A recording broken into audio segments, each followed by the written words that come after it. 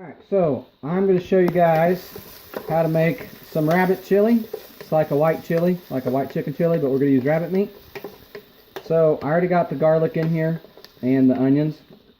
I love garlic, so I added a bulb of garlic instead of 4 cloves or whatever like they usually have you do. Love onions as well, so I added 2 onions chopped. Alright, so that's what we got going so far. I went ahead and cooked them 3 to 5 minutes until they're nice and sauteed.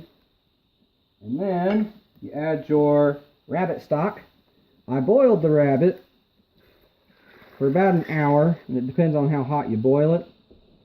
So I boiled it for about an hour and pulled all the meat off, and we'll see how much meat I end up adding. I don't know how much I'll add right now. So you have about 4 cups of stock, chicken stock or rabbit stock, depends on how you cook your rabbit. So I'm adding rabbit stock because I boiled the rabbit for that purpose. Alright, then I'm going to add 2 cans of great northern beans. Alright, I already got them all opened up here and drained. Make sure they're drained. You don't want all that extra starch. I mean, it does give it a more bean taste, but it adds a lot of starch also, and you don't need that much starch. Alright, so I got a can of diced tomatoes, and I got a can of diced tomatoes with green chilies in it. Not a whole lot of green chilies in that, though. Some people will use 2 cans of diced tomatoes and then 1 can of green chilies. Doesn't really matter.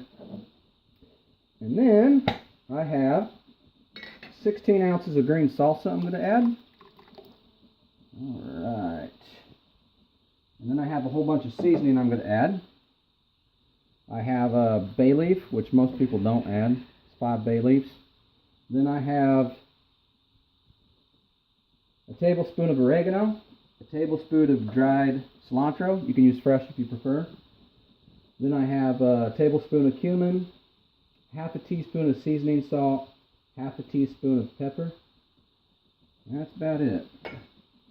So I got all that in here. I'm going to mix it up. My rabbit's already cooked, so I'm going to add that in as well. Alright. So as you can see, it's no longer boiling. You're just going to mix it up real well, and you're going to let it come to a boil, and you're going to let it simmer. And it really depends on you how long you want to let it simmer. The amount of rabbit I added was probably about 3 or 4 cups, the same as the stock I added. Depends on the size of rabbit that you're using. I used an adult rabbit, so I just used his back legs and his side meat and his back meat. He still had his ribs and front legs left. I'll probably use that for like a pulled pork or something. I'll just shred it up and I'll add a bunch of barbecue sauce to it. So that's pretty much it. It's a pretty easy, simple recipe. Just like I said, let it come to a boil, and then you got to put a lid on it.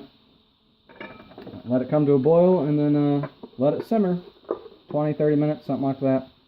And then if you want it to be thicker, you can just get some flour. You get half a cup of flour, or you can use corn flour or regular flour. Add some water to it, mix it up in a bowl separately, and then add that slowly to your pot and mix that up until you get it to the thickness you desire. So there you have it. We'll bring it to a boil, and then we'll go ahead and eat it. And then, of course, you can add salt and pepper and other things to taste. You can also add avocado, which I did not, because I feel like there's enough flavor already added. Alright, so enjoy, guys.